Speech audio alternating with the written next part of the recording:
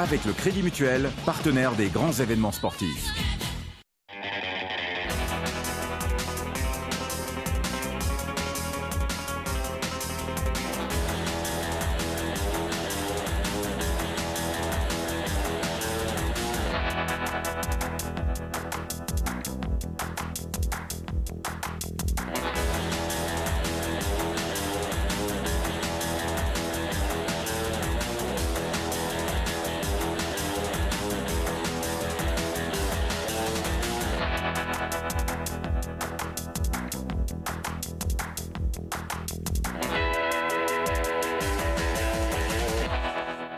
LFD, le mag numéro 64 cet après-midi, ce soir, en votre compagnie. Bonsoir à toutes et à tous. Et on vous remercie une fois de plus d'être de plus en plus nombreux. On a énormément de retours chaque semaine. C'est ultra plaisant. Avec nous cet après-midi, ce soir, moi je dis un peu les deux comme ça, c'est pour passer du temps. On a deux champions, la graine de champion. Alors, je commence par Valentin. Valentin Brad, comment ça va mon Valentin ? Très bien, très bien. Là, un gros week-end de sport avec plein de résultats positifs. Et je suis très oui, content. et pour une fois, tu as commenté des victoires. C'est fou. Tu dois te sentir Tout tout arrive. léger. Ah Tout oui. léger. Un autre qui est tout léger, mais c'est plutôt pour d'autres raisons. Clément Chaussa, comment il va mon Clément ? Eh ben ça va pas mal. Toi aussi, tu le vu que va bien. Ah tout bah va oui, bien. je suis Oh là, invaincu en c'est- 2018, donc ça. Invaincu en 2018. Oui, après on peut toujours trouver des clubs à commenter. L'US. Non, on balance pas, on a dit on balance pas de non. En tout cas, il s'est passé plein de choses, bien entendu, sur le sport dauphinois, sur tous les terrains du sport dauphinois. Ce que je vous propose, c'est d'en voir une première partie dans le Flash LSD.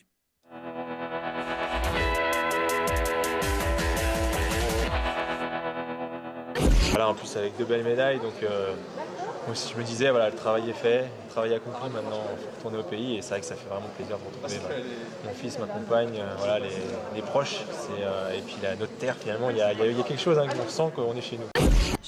De la rigueur, je dirais, parce qu'on leur donne beaucoup de ballons. On a perdu un nombre incalculable de ballons. On laisse passer des rebonds.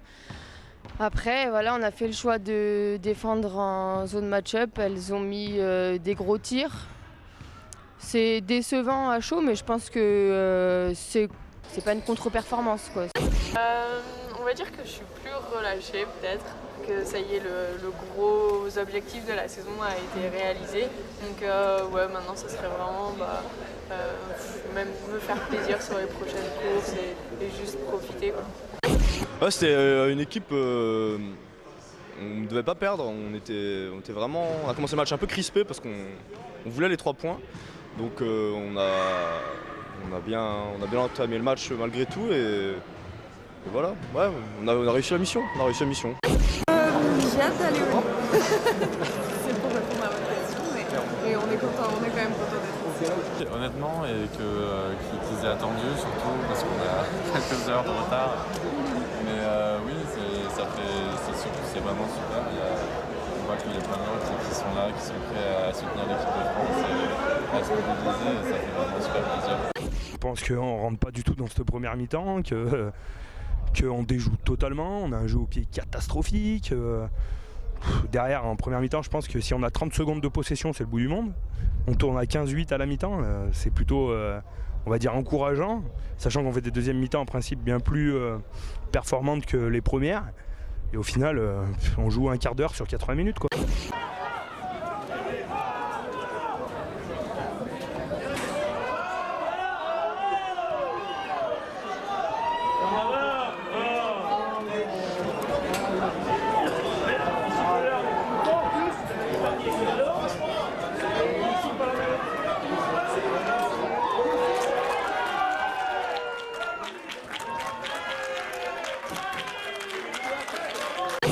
On termine avec l'essai de William Gauzy du côté de Renage-Rive. Les gars, on a vécu un week-end intéressant. Un petit point en rugby rapidement. Clément ou Valentin, Valentin qui a commenté de la fête 3 avec la fête 3 avec Renage qui est dans le top 4. Là, Iso qui est juste derrière. On n'est pas trop mal. Derrière, c'est un peu plus compliqué pour Cessin, mais on s'accroche. Tu as tout dit, effectivement. Renage, grâce à sa victoire contre Beaurepaire, conforte sa 4e place au classement. simplement. C'était une victoire attendue, d'autant plus qu'une victoire un petit peu moins attendue, c'était celle d'Iso contre le leader Tournon. Donc ça caracole en tête là, entre la 4e et la 5e place pour les deux équipes, pour un derby qui va être intéressant notamment.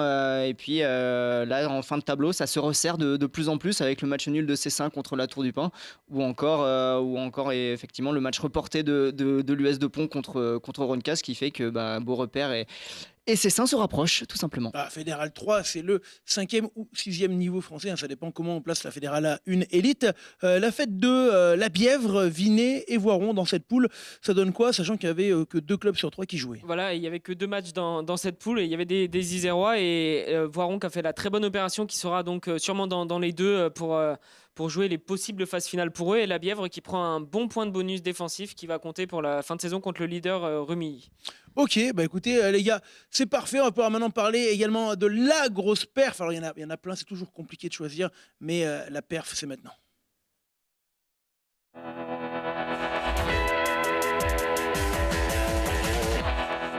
Oui, la régie est amoureuse de toi, hein, Lise, si tu nous entends, mais on comprend, parce que Clément, il est très beau. D'ailleurs, petit message privé à Mamie Dédé, on attend toujours les bunes, la Chandeleur, c'est déjà passé. Allez, la perf du week-end, on va parler, on n'en a pas parlé beaucoup cette année, du hand, les amis, avec le GSM HUC, un Grenoble-Saint-Martin d'Air Université Club Handball, il faut le dire en entier. Les playoffs sont là, les playoffs ont même été bien entamés, mon cher Clément, et on vise réellement la Ligue 2. Là, on vise réellement la montée dans cette poule donc de 8 pour les playoffs. Ils ne sont que 4 à pouvoir monter, qui ont le statut pour monter en 2e division. Et là, en 2 semaines, les joueurs grenoblois sont allés gagner à Valence et viennent de gagner contre Amiens, 2 équipes qui peuvent monter. Donc ils ont fait une très très grosse opération. Réginald Mouillan était du côté de Neruda et il nous a rapporté quelques images. Très compliqué, malgré une bonne entame de match, seconde période assez difficile. Donc comme je vous ai dit, un arbitrage assez décevant des deux côtés. Mais bon, on a réussi à faire l'essentiel à la fin de match. Ouais, ça a été un match serré jusqu'au bout. C'est vrai qu'on l'avait en main et puis ils nous ont proposé une 4-2, ça nous a un peu perturbé.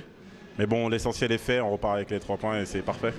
Je pense que c'est un relâchement des deux équipes, notamment nous en défense et notre équipe offensive, c'est-à-dire en attaque.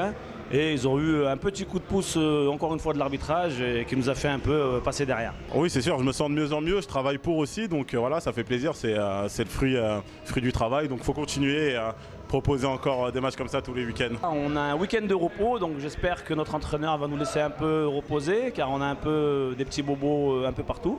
Mais après, on va essayer de se remobiliser pour recontinuer la saison des playoffs. Bon, on espère aller le plus loin possible, rester invaincu déjà à Pablo, ça serait le top, et puis aller chercher les points à l'extérieur. On sait que ça va être dur. Là, dans 2 semaines, on va à Gonfreville, ça va être un gros match, donc voilà, faudra être prêt et enchaîner une 3e victoire. La Pro League, la 2e division, elle est en ligne de mire pour les Martineros grenoblois qu'on suivra bien entendu. Allez, les images de la semaine, les gars, avec moi ensemble pour commenter les photos de Philippe Crouzet et Laurent Lardière. Qu'est-ce qu'on a eu de beau ce week-end avec du hand, on vient de le voir, magnifique photo d'ailleurs, beaux abdos.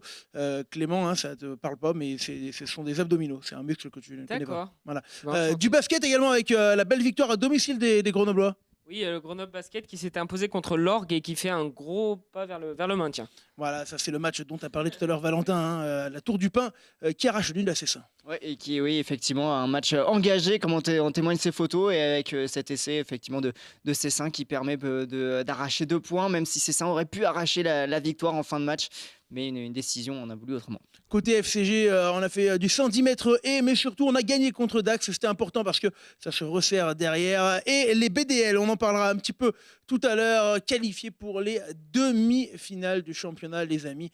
Des matchs à venir contre Bordeaux. Allez pour toi celle-là, mon cher Clem. Et oui, avec le VB Roman qui nous a offert une belle photo, les filles de Roman du volley qui se sont imposées du côté de Arnes, et c'est une très grosse opération pour le maintien. Voilà, puis vous m'avez rajouté également dans ce diapo le retour des Olympiques et de tous les athlètes français d'ailleurs, mais pas seulement Isérois, qui sont venus à Grenoble fêter un petit peu les résultats de l'équipe de France. Des résultats plutôt bons dans l'ensemble. Plutôt bon, et au final on parlait les 2 premières semaines des Dauphinois que c'était un peu compliqué, mais on a bien terminé avec Marie Dorin.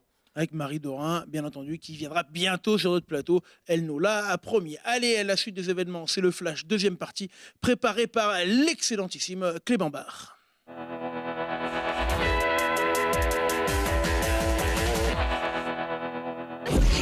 Bah ouais, on fait une bonne première mi-temps, on revient au vestiaire avec 2 buts d'avance.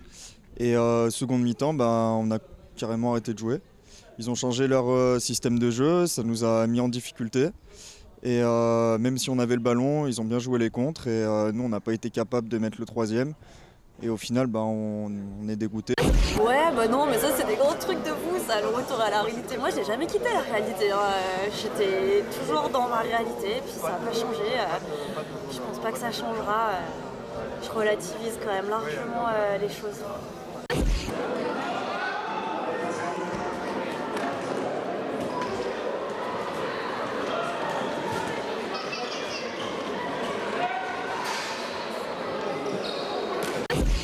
Là maintenant tout de suite il est pas évident dans le sens où on revient d'un long voyage, plus long en plus que prévu, donc ça fait chaud au cœur surtout d'enchaîner le voyage et de venir tout de suite voir là le public qui nous attendait à Grenoble. Donc, on a pu passer du coup un beau moment et je pense qu'on ne réalisait pas bien en tout cas en étant en Corée avec 8 heures de décalage horaire l'impact que ça a eu et c'est maintenant en revenant en France qu'on le réalise. C'est mitigé, c'est plutôt encourageant, hein, franchement. Nous, on est plutôt satisfait d'aller chercher sur l'état d'esprit ce dernier point de bonus. Après, c'est clair qu'à la maison, on veut toujours gagner. Je crois qu'on fait un de nos meilleurs matchs. En plus, je crois qu'on fait un de nos meilleurs matchs de la saison, surtout en première mi-temps. Donc, c'est dommage, mais encourageant. Ouais, exactement. Ouais, c'est vrai que c'est très frustrant ce soir. C'est par rapport à la première mi-temps qu'on a fait, c'est une déception, c'est une contre-performance en deuxième mi-temps de ne pas arriver à garder le bonus. Donc ouais, on est plutôt déçus. Ouais. C'est un peu long parce qu'avec le décalage horaire, ça fait bientôt 48 heures qu'on n'a pas dormi. Donc c'est sûr que c'est un accueil super émouvant après pas mal de fatigue. On aurait aimé arriver plus tôt, malheureusement les autorités chinoises en ont décidé autrement et on était super surpris de voir autant de monde ici, surtout après toute l'attente qu'on leur a imposée. Allez, on va parler maintenant des choses qui fâchent, c'est l'heure du bad trip.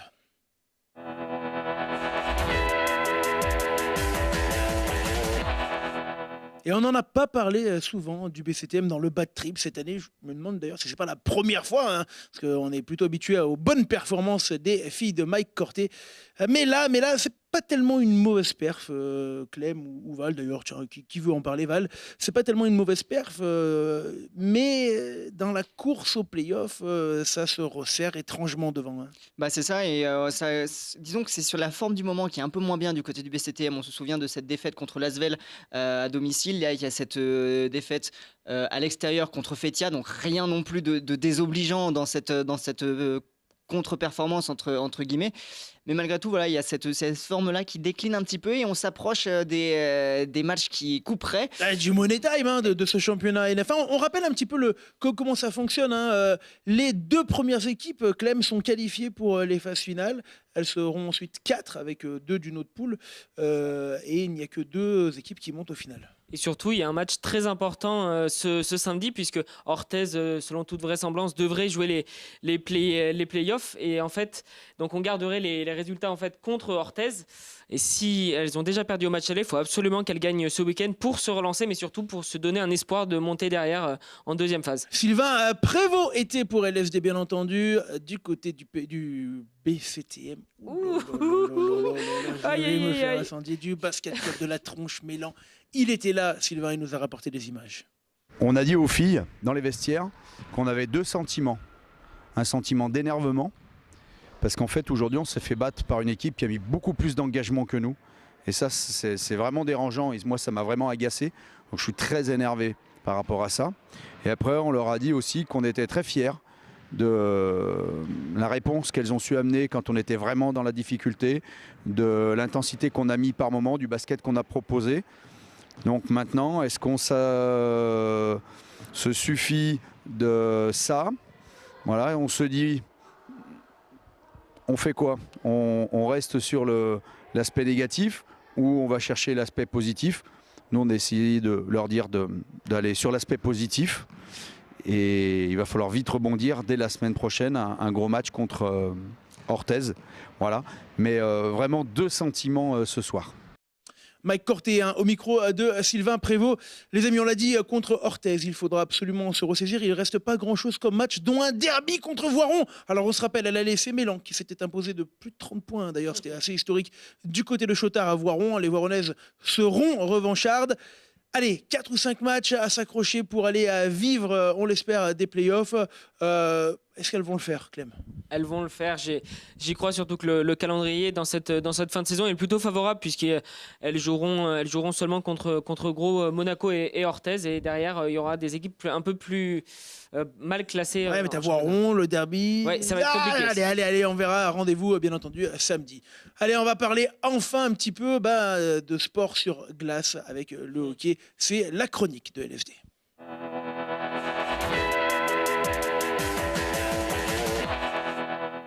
Et pour parler de ce sport et de cette équipe que sont les Brûleurs de Loups, on va partir d'un petit dessin de notre ami Jerms, qui a illustré les pleurs, les ultras déçus. Alors on va en parler un petit peu de ces ultras de Mulhouse, ça a fait jaser. Les amis, déjà ce qu'il faut retenir, c'est que Grenoble est qualifié en demi-finale. Valentin, tu es maintenant spécialiste de hockey. N'est-ce pas ? sur Oui, glace. tout à fait. En demi-finale du championnat contre Bordeaux, une série compliquée quand même contre Mulhouse. Ça n'a pas été simple. Ça n'a pas été simple contre Mulhouse. Une série gagnée 4-2 avec la dernière victoire hier survenue sur la pelouse sur la patinoire de Mulhouse 6-2. Les Grenoblois qui ont eu pas mal de difficultés, mais on pouvait s'y attendre parce que Mulhouse, même s'ils ont été, ça a été la dernière équipe qualifiée pour ces playoffs, Grenoble ne s'est jamais baladé contre cette équipe en phase régulière de cette Saxo-Prime League Magnus. Finalement, le job a été fait. Ils sont en demi-finale. Ils affronteront les Boxers de Bordeaux. Et puis, maintenant, ils ne sont plus qu'à une marche de la finale. Ouais, on a quelques photos de Philippe Crouzet pour un petit peu illustrer tout ça. Clem, Bordeaux, facile, pas facile. Comment tu vois les choses ? 6e pourtant de la saison régulière. 6e, mais il faut toujours se méfier de cette équipe de Bordeaux qui a quand même des lignes assez complètes. C'est Edo Terglav qui le disait en après-match à notre micro. Vraiment, il faudra se méfier. 6e, mais ils ont quand même éliminé 4-0 l'équipe de Gap qui était championne de France en titre. Donc c'est quand même un gros client dont il faudra se méfier. Ça avait déjà été dur en championnat. Alors en tout cas, l'homme de la rencontre de ces quarts de finale, celui qui a fait que Grenoble s'est imposé hier, c'est le gardien Lucas Sorac. Pour vous dire simplement comment ça s'est passé, deuxième tiers, double supériorité numérique pour Mulhouse. Grenoble avait un but d'avance. Grenoble tient ensuite, à la suite de la double supériorité, 2 fois 2 minutes encore de supériorité, donc quasiment 5 à 6 minutes d'infériorité pour Grenoble. Pas de but encaissé. Dans la foulée, Grenoble marque 2 buts, des sauvetages en pagaille de Lucas Sorac, le grand bonhomme de la soirée. Il faut toujours un grand gardien pour aller loin. Là, Grenoble peut compter sur Lucas pour le faire. En tout cas, les amis, rendez-vous dès la semaine prochaine. C'est vendredi, je crois, le premier match contre Bordeaux, Val. C'est ça. Et puis pour rebondir sur ce que tu disais sur les gardiens, aussi, si Mulhouse avait aussi posé autant de problèmes à Grenoble, c'est parce qu'ils avaient un très très bon gardien, c'était Martin Sourek, qui n'était pas là hier. Non, il a eu une gastro et il était sur le banc. Du coup, il est rentré quand même en fin de match pour essayer de faire la différence. Et malheureusement, cela n'a pas suffi. Allez, on va passer maintenant aux agendas du week-end. Alors, un débat, oui, déjà. Très bien, merci Clem. Le programme des BDL, c'est le tableau qui récapitule un petit peu. Qu'est-ce que c'est que ça ? C'est les demi-finales en fait. C'est les voilà, merci. Les quarts de finale et les demi-finales, il y aura un Rouen-Amiens et c'est vraiment. Voilà, Rouen-Amiens. Alors par contre, Rouen-Amiens, c'est un gros match. Et attention à nos amis rouennais. Moi, j'ai mis une petite pièce sur les Amiénois et pourquoi pas un BDL Amiens comme il y a 15-20 ans. Vous étiez trop jeune, mais c'était les finales avant Grenoble-Amiens. Voilà, on se déchirait entre Grenoble-Amiens. Il y avait Midjimba d'un côté et Huette de l'autre. C'était Amiens. C'était un peu le PSG-OM. D'ailleurs, c'était le PSG-OM le classico. Voilà, c'était le classico. Il y avait Jean-Pierre Foucault parce qu'il est amiénois qui venait à chaque match. C'était la fête après le cirque qui venait au hockey. Jean-Pierre, si tu nous écoutes, bien entendu. Allez, l'agenda du week-end prochain avec du foot ou la Clem. Ou la JF38 Consola, plus compliqué que ce qu'il n'y paraît. Oui, plus compliqué contre une équipe de Marseille Consola qui revient très bien. Et pour Grenoble, il faudra absolument marquer des points, marquer les 3 points pour définitivement peut-être prendre l'écart sur le Red Star qui ne tourne vraiment plus dans cette fin de saison. En hand, le HBC2 qui recevra à Strasbourg, ça c'est de la N2 féminine. En volley, Grenoble, pas trop mal en play-down, mais il n'y a pas de tour de play-down le week-end prochain. Par contre, je t'autorise à glisser un petit mot pour les moins de 20 féminines qualifiées historiques pour le 6e tour de Coupe de France. 6e tour, ce qui correspond, c'est un peu les quarts de finale. Se déplaceront au Canet, ce sera très compliqué, mais on peut espérer vraiment quelque chose de plutôt sympa pour les filles. Allez, la suite de l'agenda avec normalement un petit peu de basket. On l'a dit, deux déplacements compliqués, une réception compliquée pour le BCTM qui recevra Orthez. Pour le PVBC, on est en roue libre du côté de Colomiers. Le maintien est quasiment acquis et la montée elle est inaccessible. Donc on va pouvoir se faire plaisir pour les filles de Jeff Salerno. En hockey sur glace, on l'a dit, 2 confrontations contre Bordeaux pour commencer. C'est au meilleur des 7 matchs, bien entendu. Et en D2, Montpellier-Villars avec un petit point intéressant, mon petit Val, c'est que finalement il n'y aura pas eu le match à Villars. Ils vont tous jouer à Montpellier. Exactement, il y a eu ce problème survenu le week-end dernier, effectivement, à Villars, avec un problème de surfaceuse. Résultat, le match a dû être annulé. Donc les 3 matchs seront à Montpellier pour les Villardiens. Pas de chance pour les ours. Dernier panneau avec le FCG à Colomiers. Attention, celui-là, à mon avis, c'est le match qui va définir la potentielle place de Grenoble, 4, 5 ou 6. Ça va être très compliqué. Si Grenoble s'impose à Colomiers, on pourra dire clairement que ils seront 3 ou 4e. S'ils perdent à Colomiers, ça va cravacher derrière parce qu'on n'est pas très loin. En Fédéral 1 qui sert à rien, VRDR recevra Bourg, le CSBJ qui annonce demain un nouveau repreneur, en tout cas un nouvel investisseur recevra Limoges et Vienne ira du côté de l'Asvel. Oui, mon cher je voulais Clément. dire que ce CSBJ Limoges, il va vraiment compter puisque ça va déterminer l'équipe qui va peut-être aller au play-down. Donc il faut absolument gagner pour les Bergaléens qui n'ont pas gagné en 2018. En Fédéral 3, un match intéressant. L'US de Pont reçoit ISO, c'est toujours de beaux matchs. Renage recevra Rhône 15, tout ça c'est en direct sur LFD, là où il y a le petit logo LFD. La Smida recevra, c'est ça, en Fédéral 2, Vinay-Saint-Savin, Montmélian-Voiron.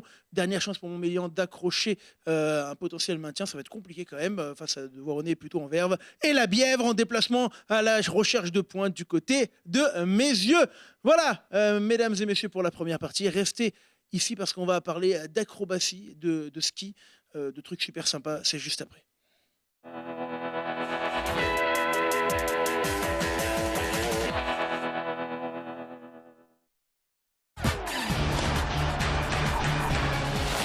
Avec le Crédit Mutuel, partenaire des grands événements sportifs.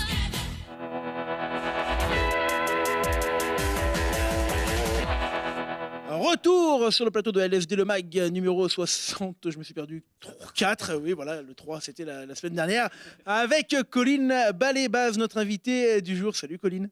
Bonjour. Ça va ? Ça va plutôt pas mal. Voilà, Colline, une skieuse acrobatique ou acrobate du ski, comment on dit d'ailleurs ? En vrai, ski acrobatique, c'est plus la discipline avec les grands tremplins où ils font des trucs de fou. Nous, ski freestyle, ski slopestyle. D'accord. Freestyleuse. Mais bon, c'est vrai que les termes, il y a pas mal de disciplines et on s'y perd. Je suis passé pour un. Ok.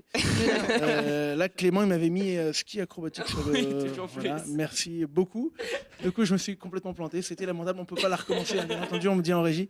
On reçoit Colline Ballet-Baz freestyle. En plus, on en a parlé juste avant. C'est pas grave. Voilà, c'est mon moment de solitude. Clément, donc ski freestyle. Et oui, ski freestyle. T'as la bonnette de travers, tiens, pour la peine. Voilà. Et oui, du ski freestyle avec Colline qui est, comment on va dire, c'est une des fiertés dans le Dauphiné du ski freestyle. Elle est avec notamment Lou Barin, elles sont deux Iséroises qui marchent plutôt pas mal. On va parler un petit peu de ta carrière. On a toujours Valentin Brad avec nous. Ça va Valentin depuis tout à l'heure ? Toujours. Expert toi aussi dans tous les sports d'hiver. Hein. Ouais, dans divers sports d'ailleurs. Voilà. Non, et Colline, fierté dauphinoise. Allez, la première question, je mets les pieds dans le plat parce qu'il y a eu les JO. Tu étais blessé, tu n'as pas pu y participer. Est-ce que c'était un pincement pour toi ? Comment tu as suivi tout ça ? Oui, c'est clair que c'était pas comme ça que j'imaginais passer mes JO. Mais bon, après, une fois que t'es blessé, à part accepter le truc et de focus, de concentrer sur la rééducation, et il n'y avait pas grand-chose d'autre à faire. Donc, j'ai regardé les copains, j'étais pendu à ma télé, et j'ai encouragé tout le monde et j'ai quand même vécu des belles émotions. T'as passé la frustration finalement Oui, bah, de toute façon, il n'y a pas trop le choix. Hein. Mais bon, je dois quand même. Oui, bon, j'avoue que c'était quand même pas évident de tout regarder depuis le canapé, mais pas le choix de toute façon. Donc ça, par contre, ça va bien motiver pour essayer pour de la aller suite, au prochain. Ça, on en parlera. Hein, Tu t'es fait les ligaments croisés et tu reviendras cet été.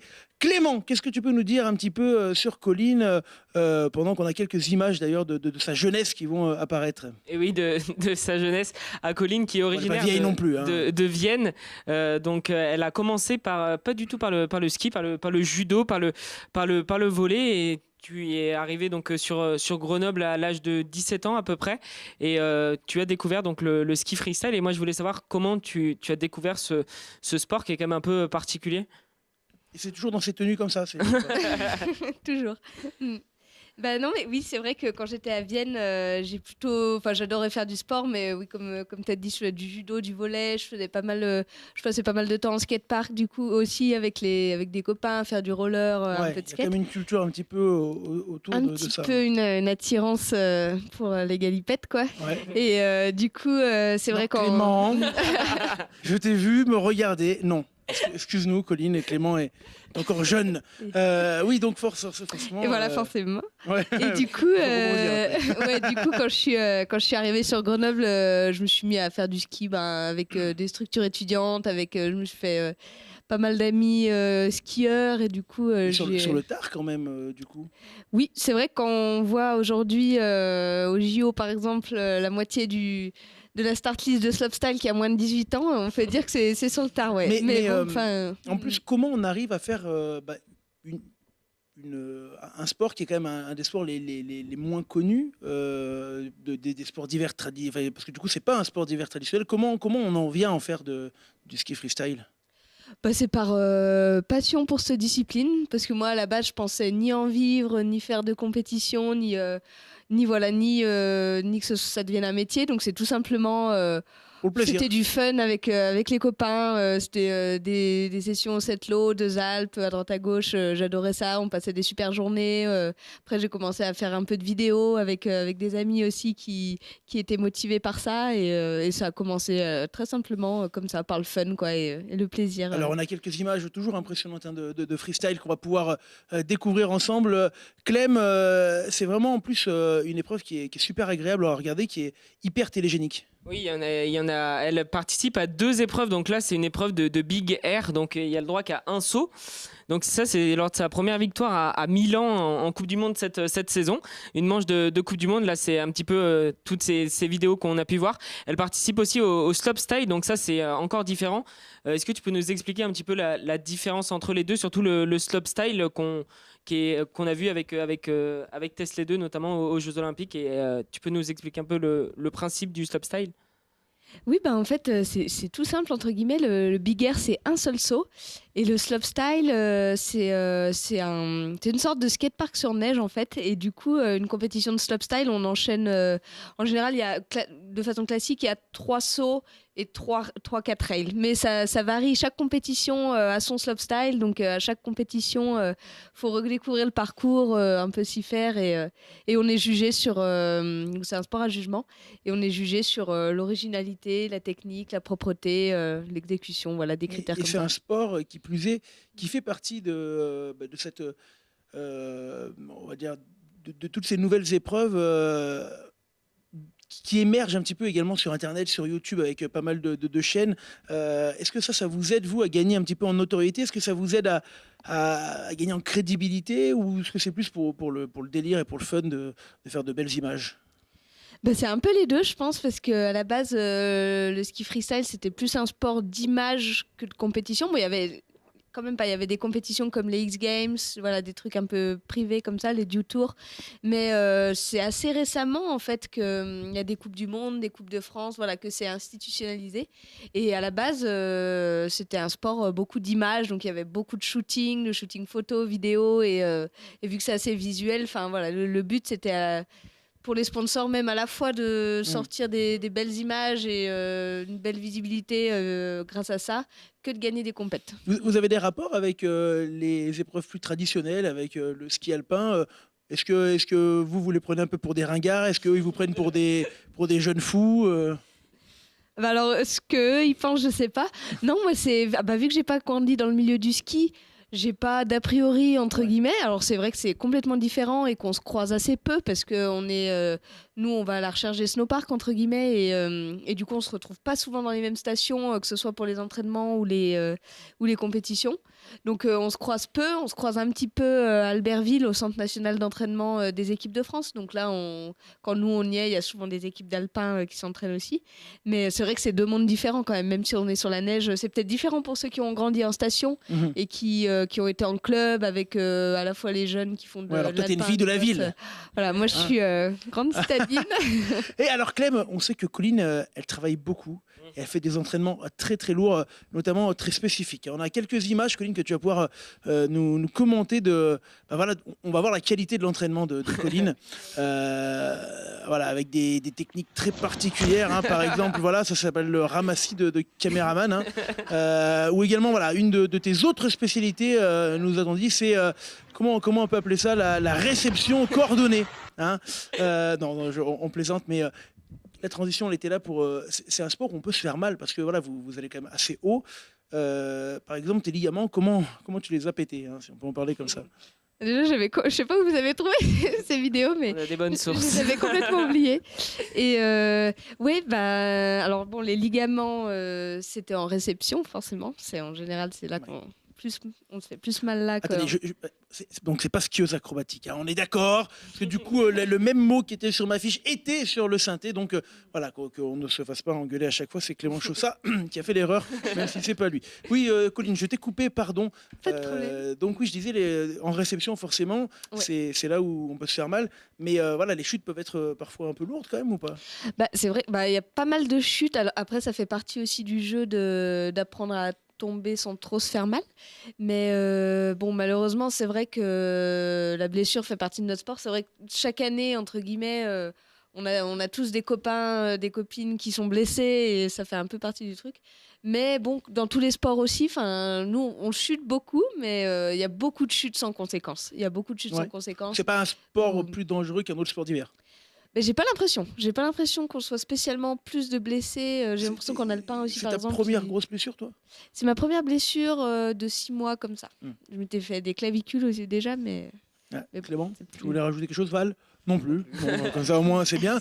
On avait, ma chère Colline, on a d'ailleurs une rubrique très très intéressante dans LSD Le Mag, c'est le pot belge.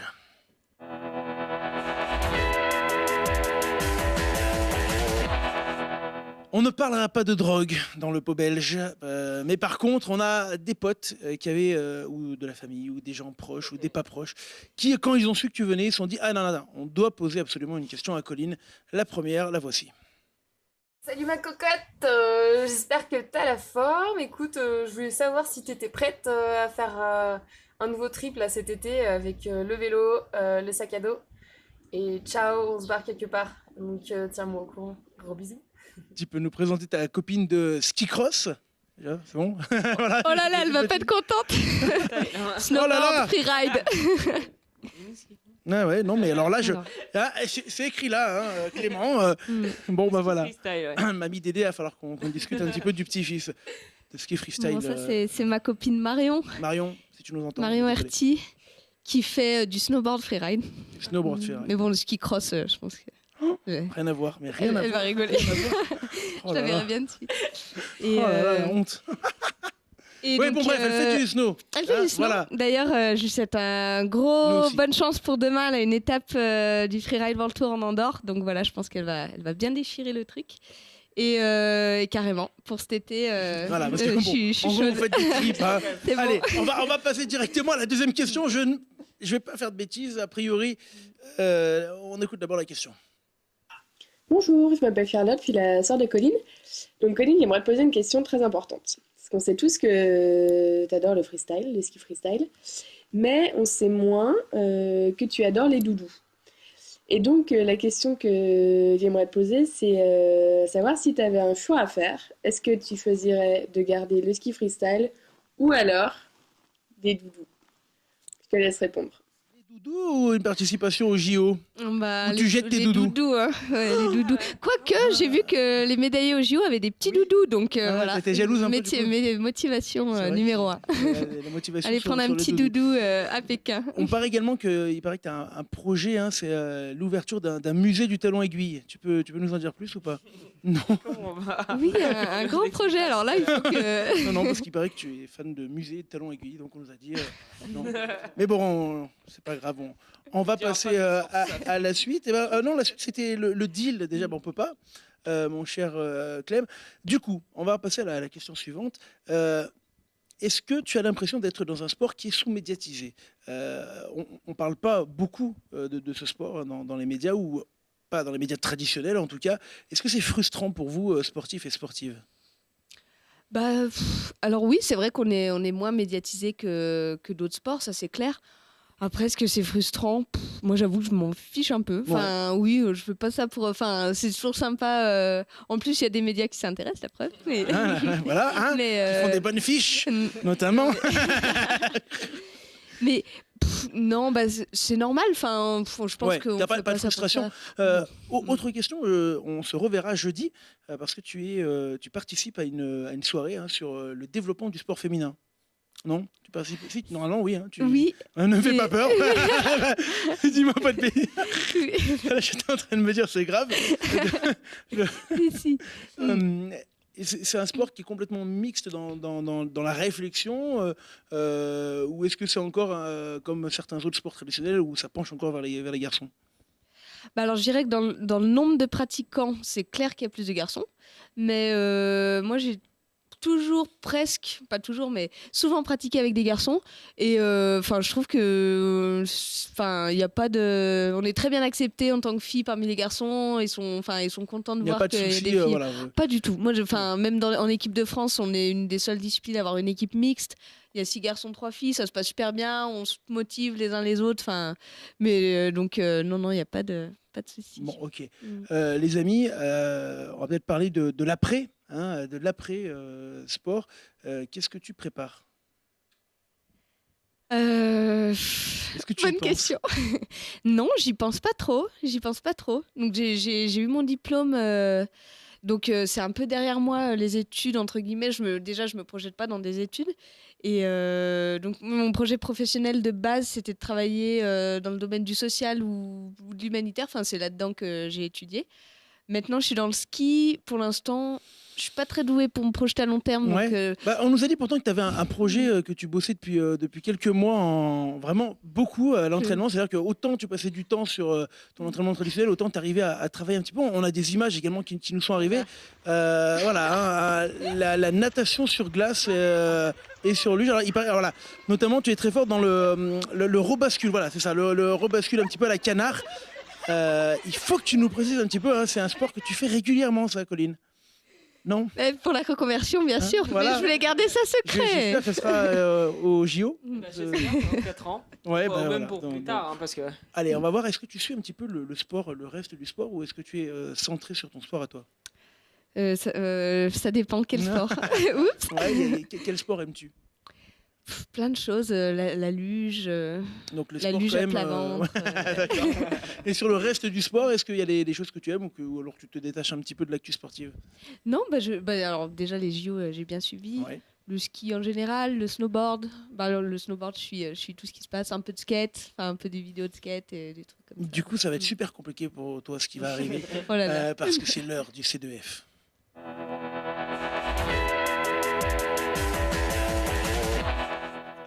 Le C2F préparé cette fois par Valentin Barre. Valentin Barre, ça va Valentin? Ça va très bien. Je te sens concentré là. Très concentré, ouais. Voilà, un sport que tu maîtrises également au mieux, c'est bien. Le C2F, c'est quoi? C'est un texte à trous. Sur l'actualité sportive locale. Alors j'espère que tu as bien suivi la première partie, Colline. Toutes les réponses étaient dedans, ce qui a eu lieu il y a 20 minutes. Tu peux regarder sur l'écran et c'est parti quand tu le sens.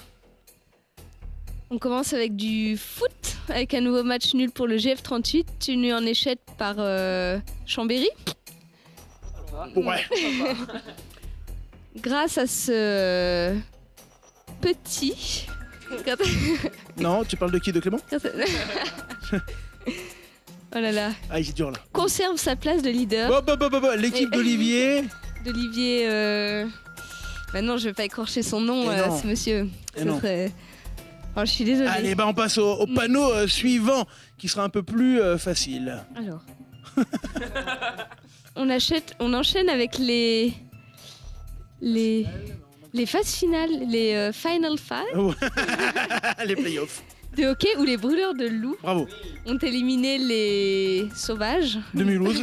C'est un peu ça, oui, ça marche aussi, oui. De Mulhouse, en s'imposant 4-2 dans sa spécialité. Ouais, ça marche. Ils affronteront les beaux gosses de Bordeaux en demi-finale. Voilà, ça leur fera plaisir. Hein. C'est les boxeurs, beaux gosses. C'est pas bien loin. On passe au dernier panneau. On passe normalement au dernier panneau. Qu'est-ce qui va venir? Est-ce qu'il va pas venir? Eh ben c'est le même, c'est pas très grave. Eh ben il y aura pas le dernier panneau. C'est comme ça, Colline. On valide quand même. On valide, hein, les amis. Ouais, c'était pas mal. Un des meilleurs scores, je crois. Ouais, les sauvages de Mulhouse. Ils vont être contents. Il y a des ultras à Mulhouse. Merci beaucoup, Colline. Merci à vous. Ouais. Qu'est-ce qu'on peut te souhaiter pour l'avenir? C'est une reprise d'entraînement cet été? Une reprise d'entraînement cet été et des petits messages aussi rigolos comme ça, ça fait plaisir. Clément, petit mot de la fin. On espère l'avoir à Pékin en 2022 pour une médaille. Ouais, tu te projettes jusqu'à Pékin? Pourquoi pas? Ouais, c'est vraiment objectif là, tu t'es mis. Surtout que là, ça m'a quand même bien travaillé, donc j'aimerais quand même vivre ça une fois, c'est clair. C'était à Colline Baléva sur LFD, le mag numéro 64. On vous donne rendez-vous la semaine prochaine. Ciao, ciao.